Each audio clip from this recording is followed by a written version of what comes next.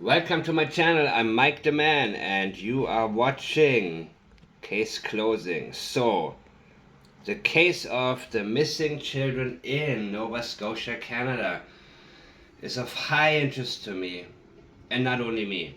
And I don't even know why. But obviously, we have a lot of statements, or rather, very few statements that seem like a lot. There is a lot in these statements, and I am very happy to get right to it. So, the mother is Malaya Brooks Murray, and she, of course, I think she's only given one statement so far, from what I can tell. And it's also interesting to note that she and Daniel never appeared on camera together.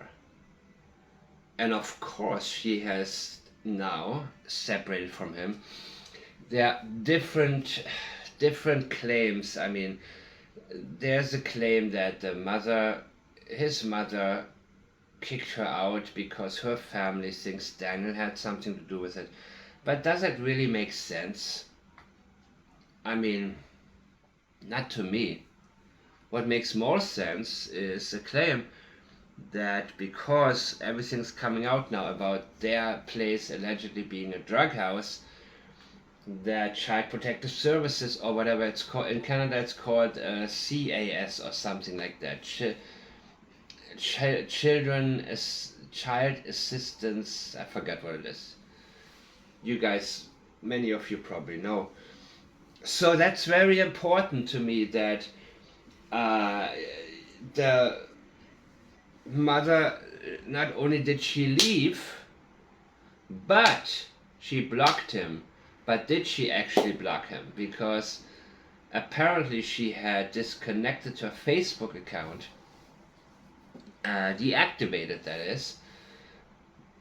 So it could be that Daniel is just like seeing old messages to her, and saying she's unavailable on Messenger, and assumes she blocked him.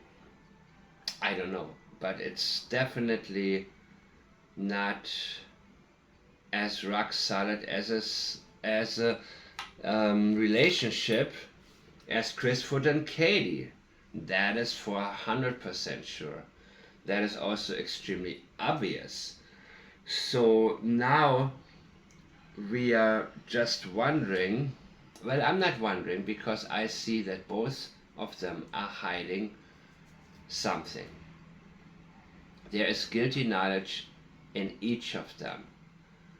They want to say more, but they can't, or so they feel.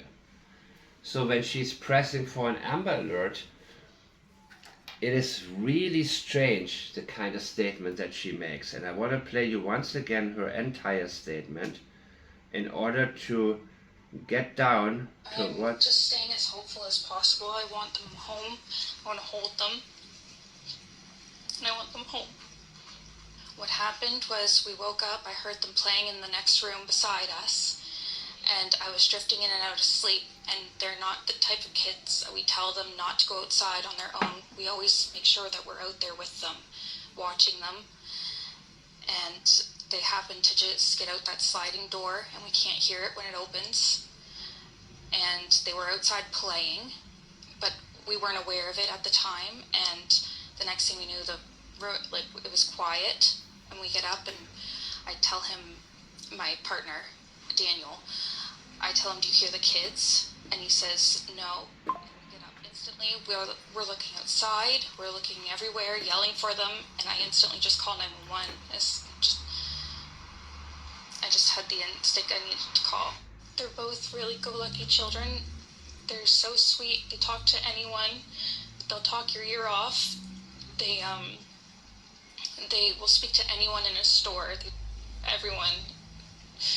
They're just extremely sweet kids.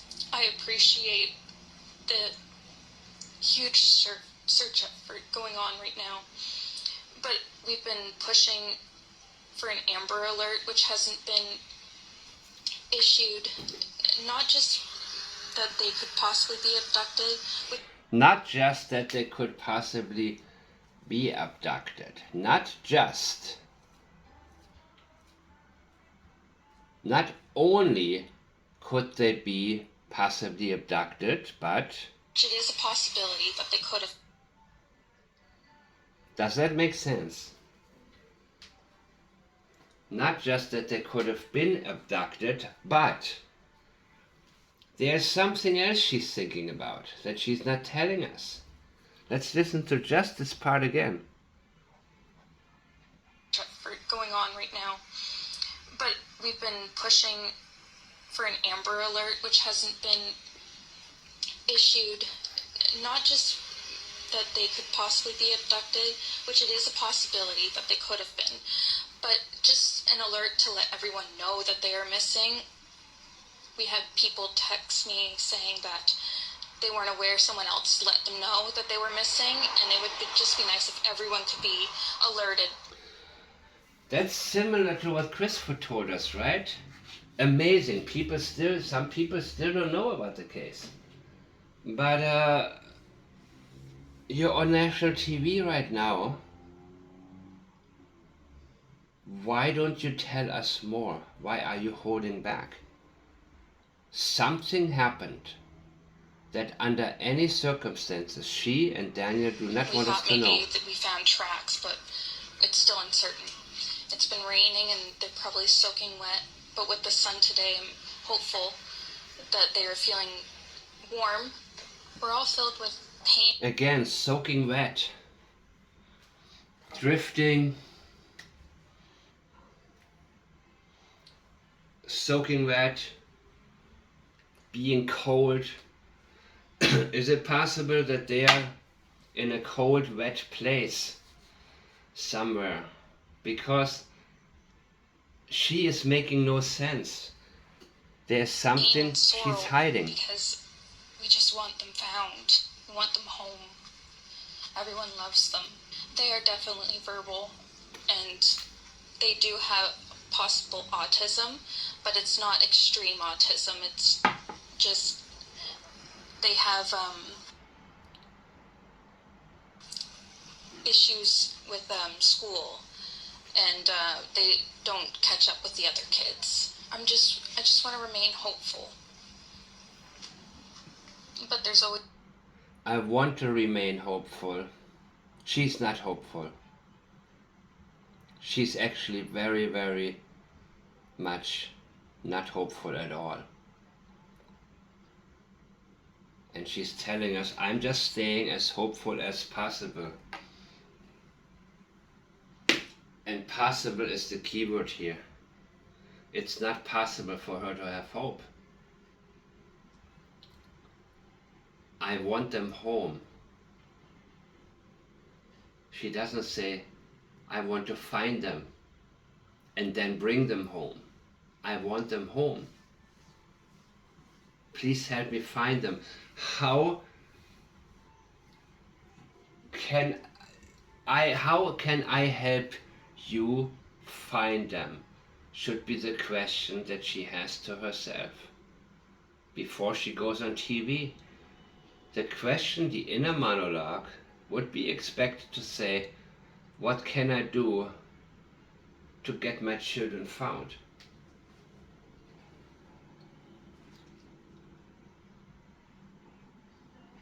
But the problem here is, she is holding back big time. She's not telling us what happened, what took place that fueled everything.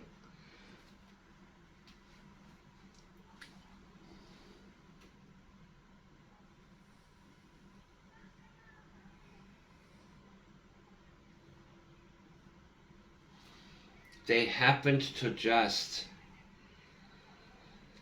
happened is key. Something that happened, something very significant, is being hidden. I'm just saying what happened was, that's not what happened.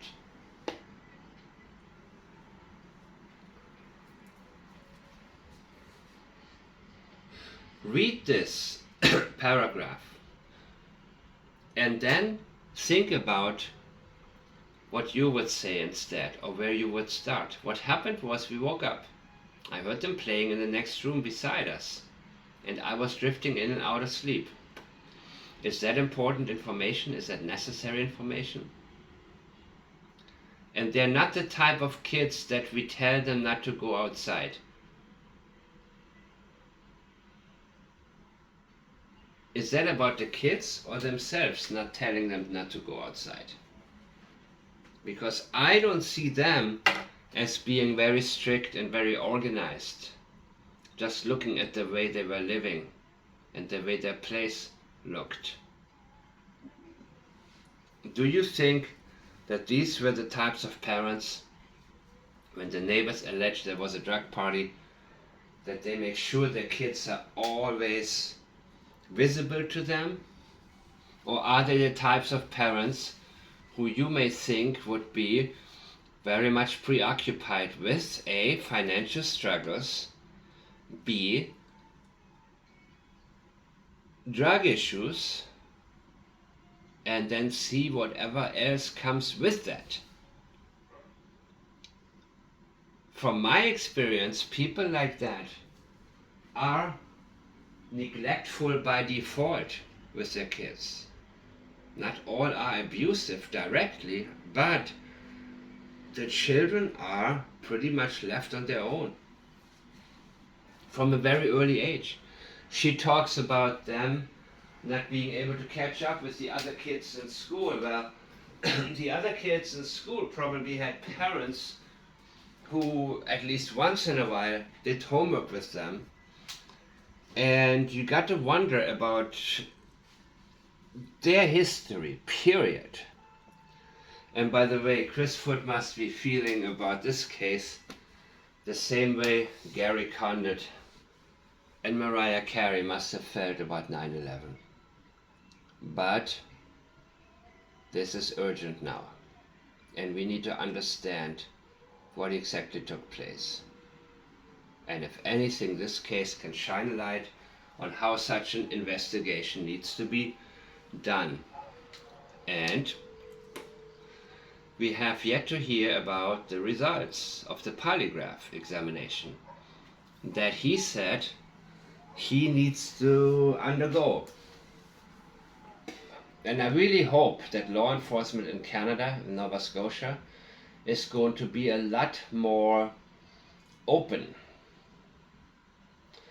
I really hope that they are going to be more transparent and let us know step by step what took place. Now, I've been sent a couple of videos by what's her name? Plunder.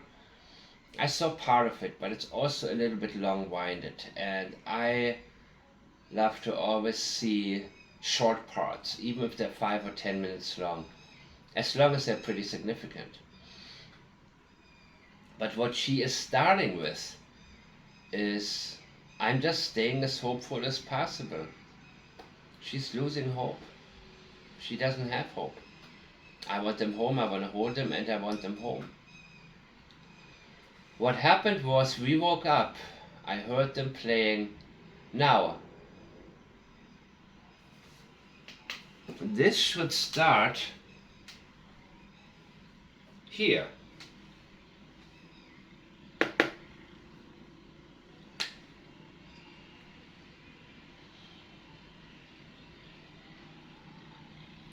Aside from the first sentence, the first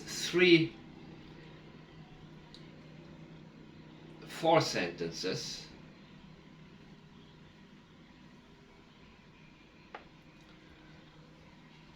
what comes next?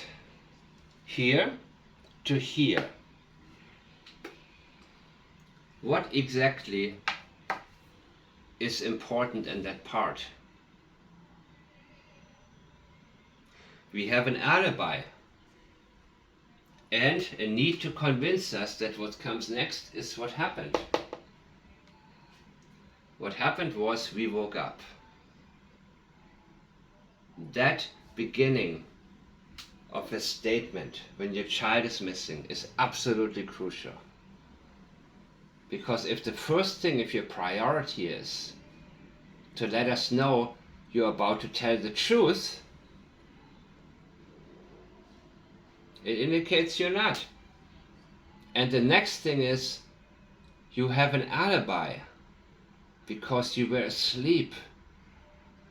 That is also absolutely worth noting. This is absolutely crucial. That shouldn't be your priority.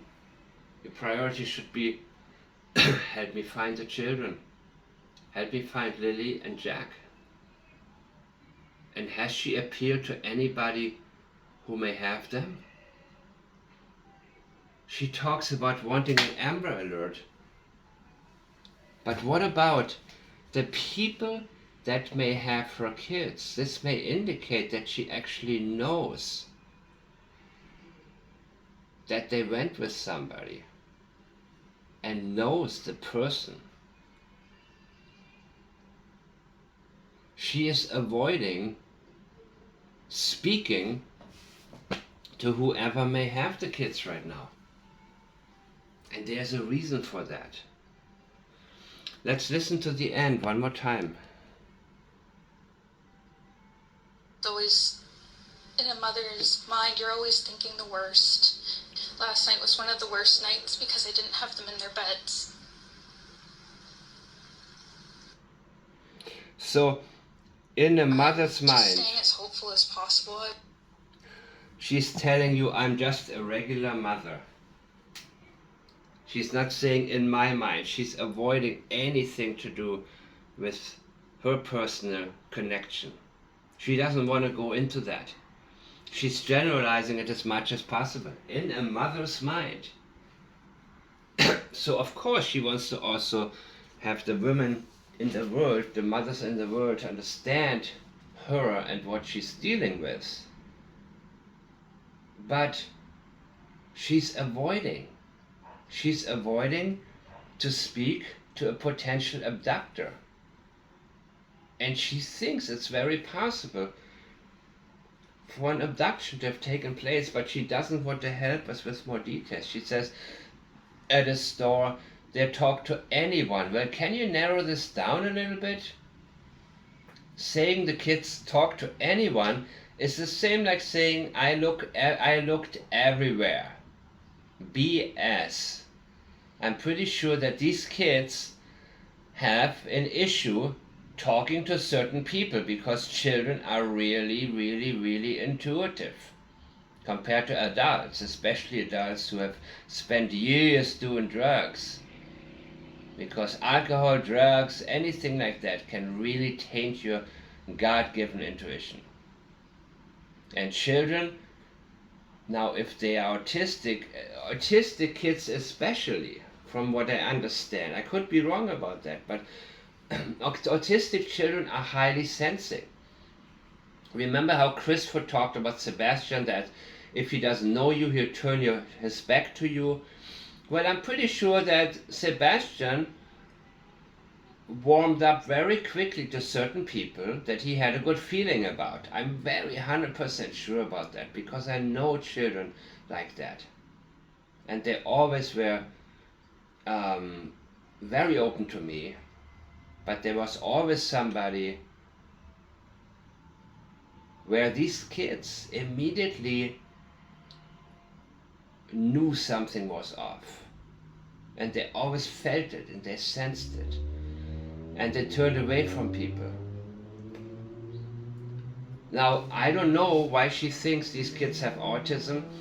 Learning disability and autism is really not the same thing, because what she's describing here are children with a learning disability, potentially. But it could have also been simply that these are two normal, intelligent, maybe even highly intelligent children that just live in a shithole, where nobody cares about them, where they're completely neglected. Nobody cares if they do homework or not. Who knows what these kids have witnessed? Who knows what's going on in that house? Neighbors talk about this is known to be a drug house. There are drug parties there. Oh my God, and you have these two little kids in there. Now, some of you have talked about the birthday party. And Lily was screaming her head off. And some of you have described it that Daniel was just standing there staring her down. I haven't seen that yet. I haven't noticed that yet. I can tell he was probably annoyed. I mean, he stands there like, oh my God, what am I to do? But he knows what happened, by the way. Doesn't mean he did it. It could be that he allowed something to happen. It can also mean he did something to them. Daniel and her should have an interview together. Be on camera together. That would be extremely helpful. The same way we said Chris Foot and Kay Foot should do separate interviews from each other because they're always together. This is the exact opposite.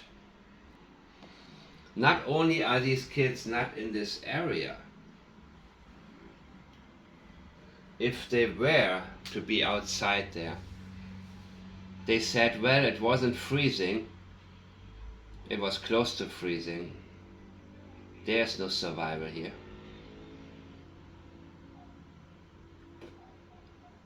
And I'm pretty sure that they searched the house inside and out. So it's very highly possible they could have been transported far away. You saw the footprints 10 feet from the yard, and that's where it all stopped. So it could have been the boot print. Who would that have been? Jack? It could have been that one child was carried and the other child walked. So if they had a drug party Wednesday or Thursday, that would perfectly align with them not being in school Thursday and Friday. Because from what I understand, Monday and Tuesday was when they were in school. And Wednesday was the school day off. And so Thursday and Friday. Yeah, if they had a drug party on Wednesday, let's say Wednesday night, and disappeared then, that's a high possibility for me. So definitely, they did not disappear on Friday. And if you saw my last video, you saw the statement that Daniel gave. Friday morning. He says twice Friday. That was when. He's trying to convince you that these kids disappeared on Friday. And he's trying so hard, it makes me think that's exactly when they did not disappear. It's the same way K-Foot told us 6 a.m. Monday morning. That's when I couldn't find him. That's when he wasn't here. This is like establishing an alibi. This is pressing you for a very specific time. And he said it twice.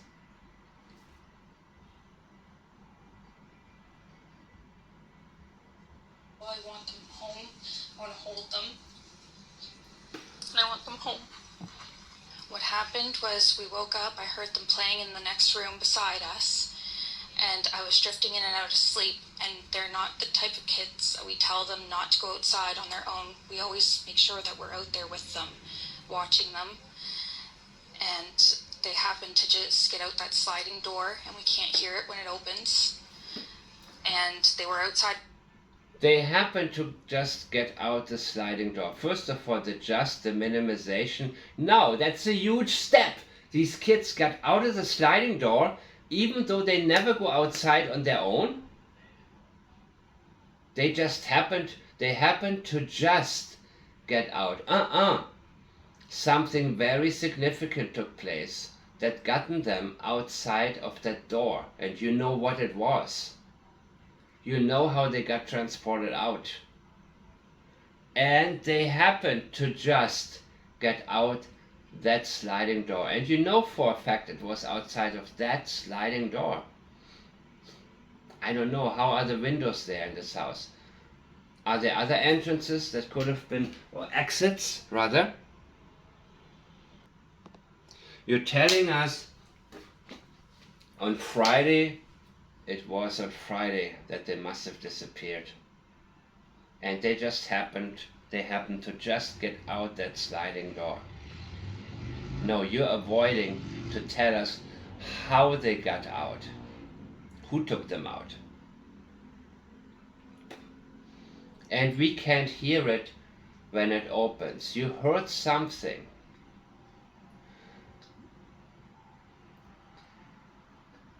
What did you hear?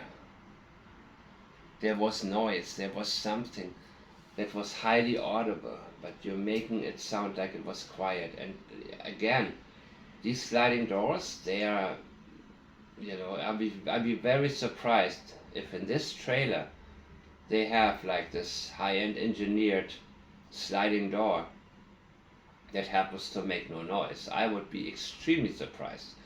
Even if it was a good model, I mean, it looks kind of dusty, the place. There would be something, no. I would love testing that sliding door.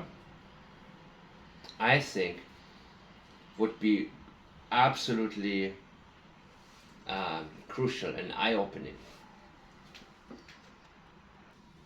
And look how general she keeps it. When it opens,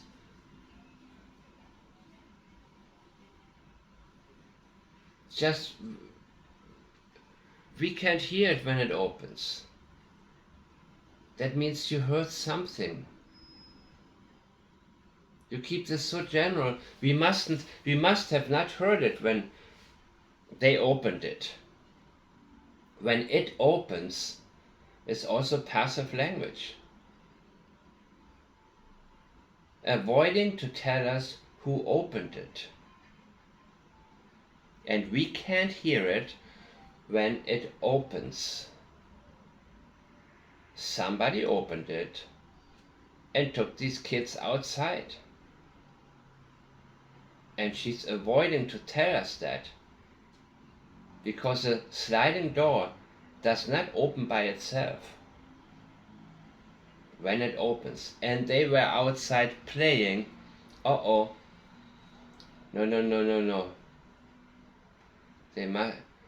And they were outside playing. Now it's present tense, we can't hear it when it opens, and they were outside playing. When were they outside playing? And if they were, how would you have become aware of it? But we were not aware of it at that time. At what time did you become aware of it, and how? Because chances are they were not outside playing, unless you're talking about some time way before that. Because if you look at the time frame, the past tense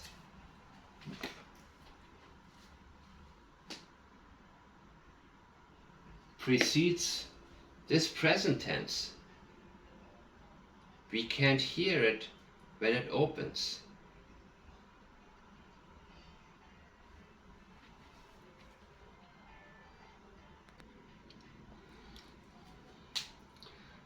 And you have here past continuous.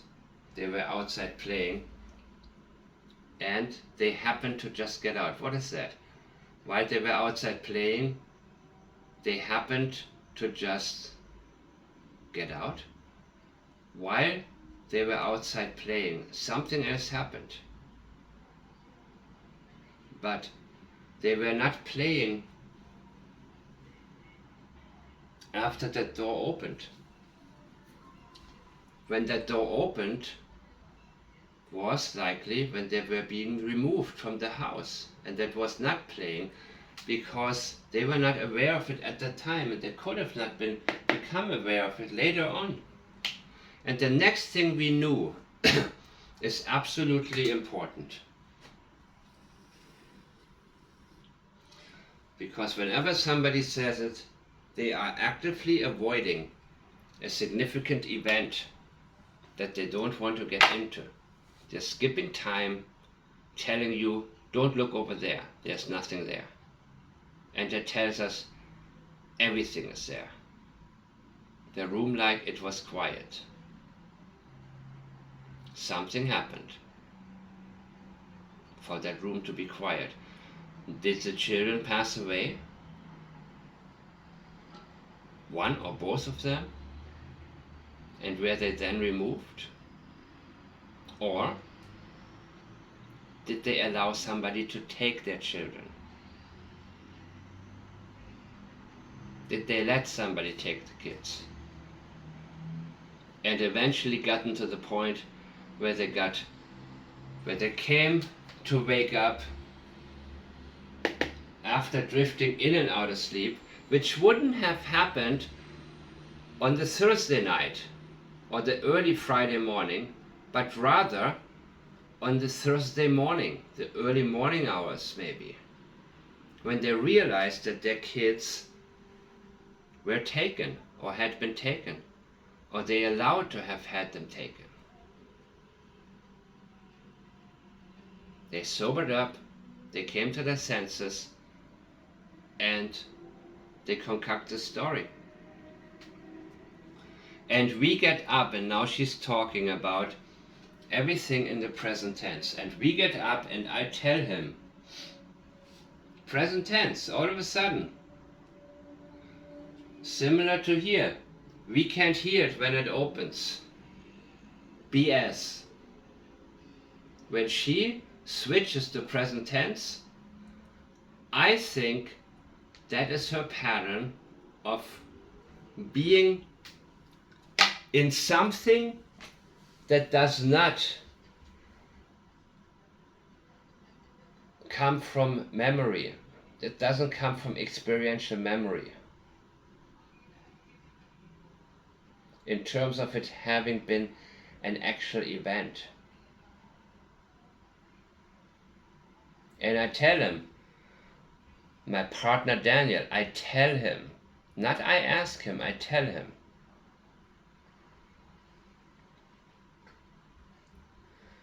They're coming to their senses here. Do you hear the kids? And he says no. And we get up no. That did not happen, people. There is a possibility that we're dealing with an inner monologue. Like, oh my God, the kids are, what happened? Something after a drug, coming off the drugs and sleeping, and he says no, and we get up instantly, which we know didn't happen. That's what she's trying to tell us. And we're looking outside, we're looking everywhere.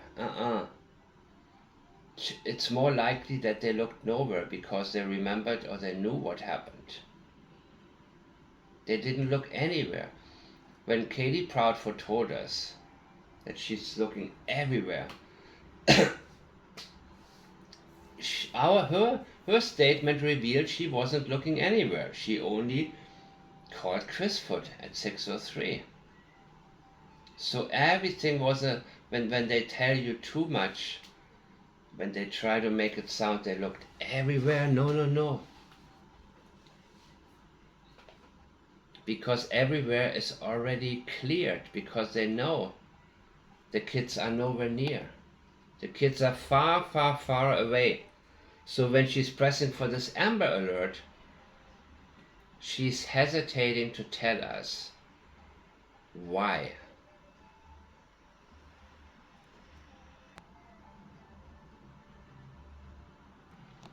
At this particular stage, are you kidding me? The possibility you're trying to explain this to me? The huge search effort going on right now. But we've been pushing for an Amber Alert, which hasn't been issued. Not just that they could possibly be abducted, which it is a possibility that they could have been, but just an alert to let everyone know that they are missing. We had people text me saying that they weren't aware, someone else let them know that they were missing, and it would just be nice if everyone could be alerted. We thought maybe that we found tracks, but it's still uncertain. It's been raining and they're probably soaking wet, but with the sun today, I'm hopeful that they are feeling warm. We're all filled with pain and sorrow because we just want them found. We want them home. Everyone loves them. They are definitely verbal, and they do have possible autism, but it's not extreme autism. It's just they have issues with them. Why is she telling us that? Is she trying to blame the victim? Is she trying to sell us on something that wasn't so by painting the kids as those types of kids who may do unreasonable things? Similar how K-Foot tried to, when she scripted Melissa Proudfoot's statements, allegedly, how she wanted to make sure to paint Sebastian, to paint a picture of a boy who may do something as unreasonable as just running outside of the house barefoot and disappearing into the night. She is telling us something that isn't really necessary. They have possible autism and they don't learn very fast. And they talk to anyone. This sounds to me like something somebody would say when they doubt their own story, or rather, when they think people listening may doubt their story. Where they want to give you a sort of a disclaimer. By the way, okay, I know you think this is all BS right now, but guess what? These kids have possible autism. So she is not telling us that they have autism. I don't believe that they do at all. Not from what I've been looking at and hearing and reading. I don't believe that they have autism. A learning disability, either that or they're simply held back because they have a stressful home life where they're dealing with all kind of crap, but education isn't one of them. They're not being spent any time with. They're running around the yard and the trailer outside. This actually shows me that they were probably kept outside a lot. Go outside because the parents are doing something inside they're not supposed to be doing. And maybe they want to, just say, hey, get out, just go play and do whatever. I don't think that they wanted the kids around when they were doing things they're not supposed to be doing.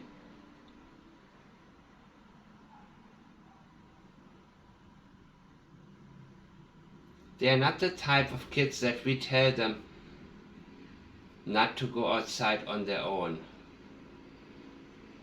This makes absolutely no sense. They're not the type of kids to go outside on their own.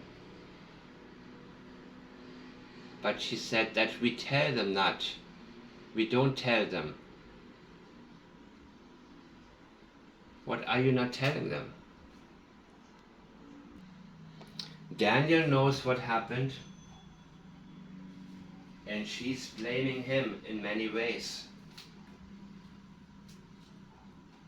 And not necessarily blaming him because he was the only one who did something, but she could feel like it was his idea.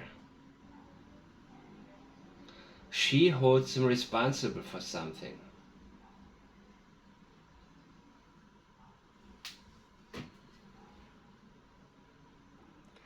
And there's also a chance that she is not telling her own family the truth at all.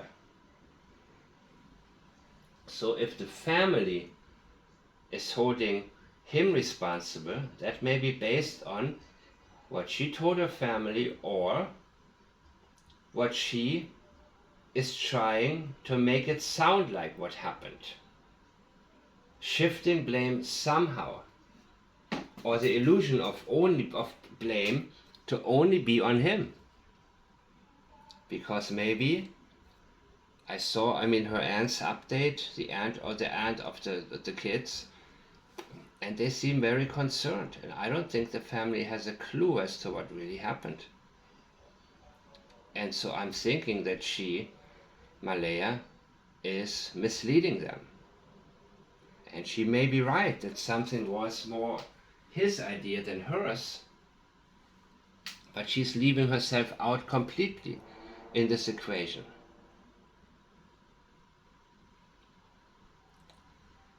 What happened was we woke up. No. Whenever they try to establish an alibi immediately, when you hear a 911 call and it starts with, "I just got home," you have to realize the priority for this person is establishing they couldn't have done it. They don't tell you, "My wife is lying in a pool of blood." They will say, "I just got home." Or they say, even if it's worse, what happened was, that would be very extreme, but the guilty parties usually say something like, "I just got home from work," or "I just got home and my wife is lying in a pool of blood," or "Someone must have stabbed my wife," or something like that. Something else that can be a giveaway. When they first give you the alibi, the so-called alibi, "I just got home, I just woke up, I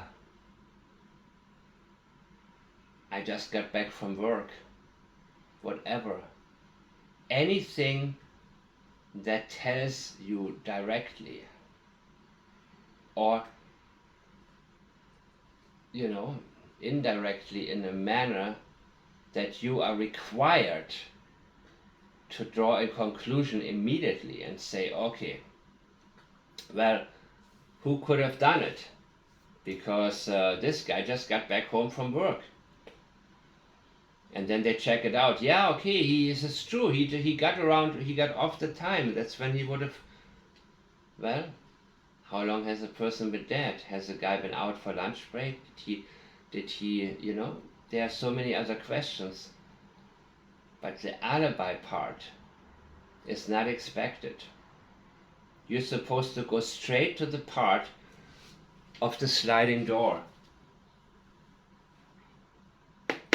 What makes you think they would have gone out there? And why are you telling us they were playing outside? That shows me that they were not playing. There was no playtime. They were removed forcefully. Or they were removed in a way that under false premise. But something took place here. Because that sliding door did not open itself. It doesn't just open when it opens. And they were outside playing, but we were not. Next thing we knew, the room was like it was quiet. And we get up and I tell him, my partner Daniel. She didn't say his name right away. I tell him there was already a huge disconnect. That has nothing to do with the family or CAS. They were already, whatever happened, whatever took place that caused the disappearance of these two children, already finalized it to make it impossible for her to be around him. There is no unity. They didn't show up together Or they didn't do like a hands video like the Proudfoots. These two, whatever happened, completely put a wedge between them. And there will never be unity between them again. Because in such a case where the kids are missing, you would expect for them to actually stand by each other. But they're not. They're far apart from each other. And she needs to find some distancing from his name. I didn't tell Daniel who's my partner. I tell him, my partner, Daniel. And partner sounds quite neutral, right? Like, what is a partner? That's when you don't really want to identify who he is to you or who he was to you. I tell him, do you hear the kids? And he says, present tense, he says no. And we get up instantly. We're, twice she says we're, looking outside, we're looking everywhere. Yelling for them. And I instantly just call 911. I just had the instinct that I needed to call. They're both really good, lucky children. They're so sweet. They talk to anyone. They'll talk your ear off. They will speak to anyone in a store. No. They know exactly who it was that took these children out of the sliding door.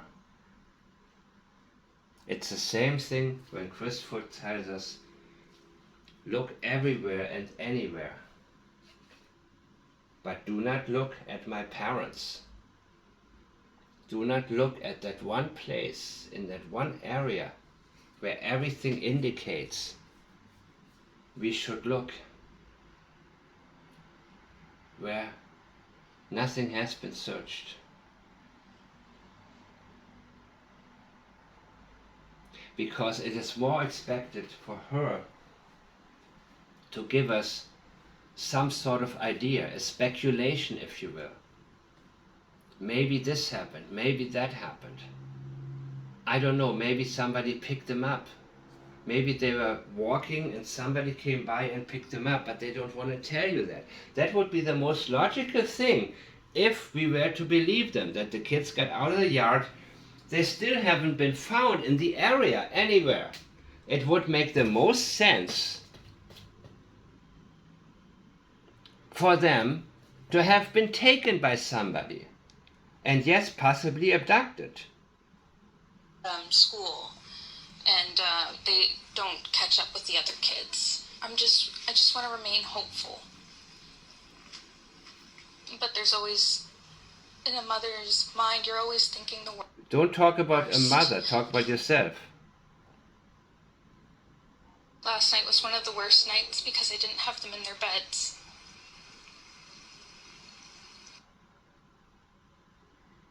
I'm just staying as hopeful as possible. I want them home. I want to hold them. And I want them home. What happened was we woke up, I heard them playing in the next room beside us, and I was drifting in and out of sleep, and they're not the type of kids that we tell them not to go outside on their own. We always make sure that we're out there with them, watching them, and they happen to just get out that sliding door, and we can't hear it when it opens. And they were outside playing. Happen to just get out, meaning happen to just, nobody did it, right? That means somebody took them out. When it opens, no, it didn't open by itself. You know who took them out of that sliding door. At the time, and the next thing we knew, it was quiet, and we get up and I tell him, my partner, Daniel, I tell him, do you hear the kids? My partner, and he says, no. Daniel.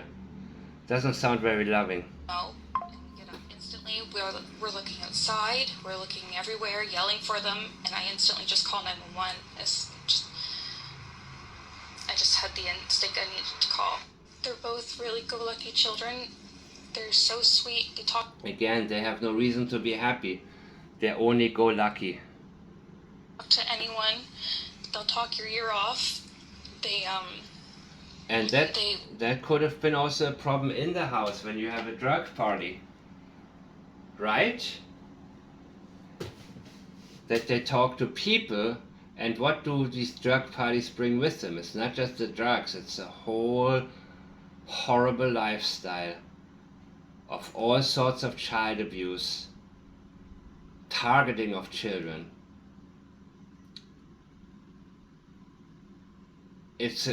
And people doing whatever. They'll speak to anyone in a store.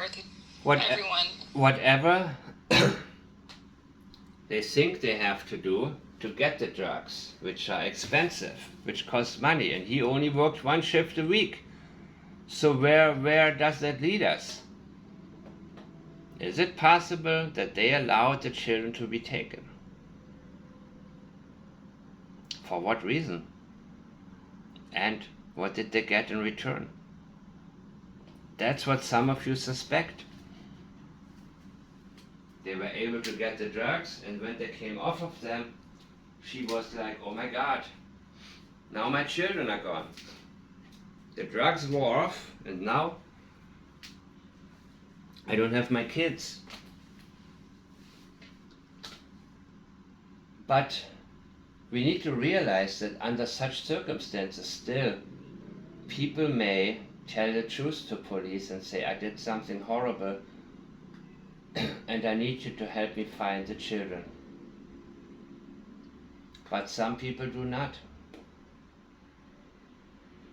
They want to protect themselves. Candace Bly is one of these people who under no circumstances wants to reveal anything to police. But in that case, I believe Summerwells already had died anyways. And she knew it. So in this case, that actually indicates that she is thinking the kids are no longer with us, or it's very,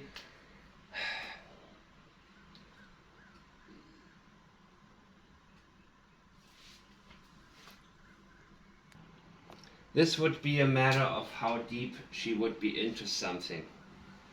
Because at least one could also lie and say, this person took my child. So something is overriding her motherly instinct to do that, even if she had any part in this.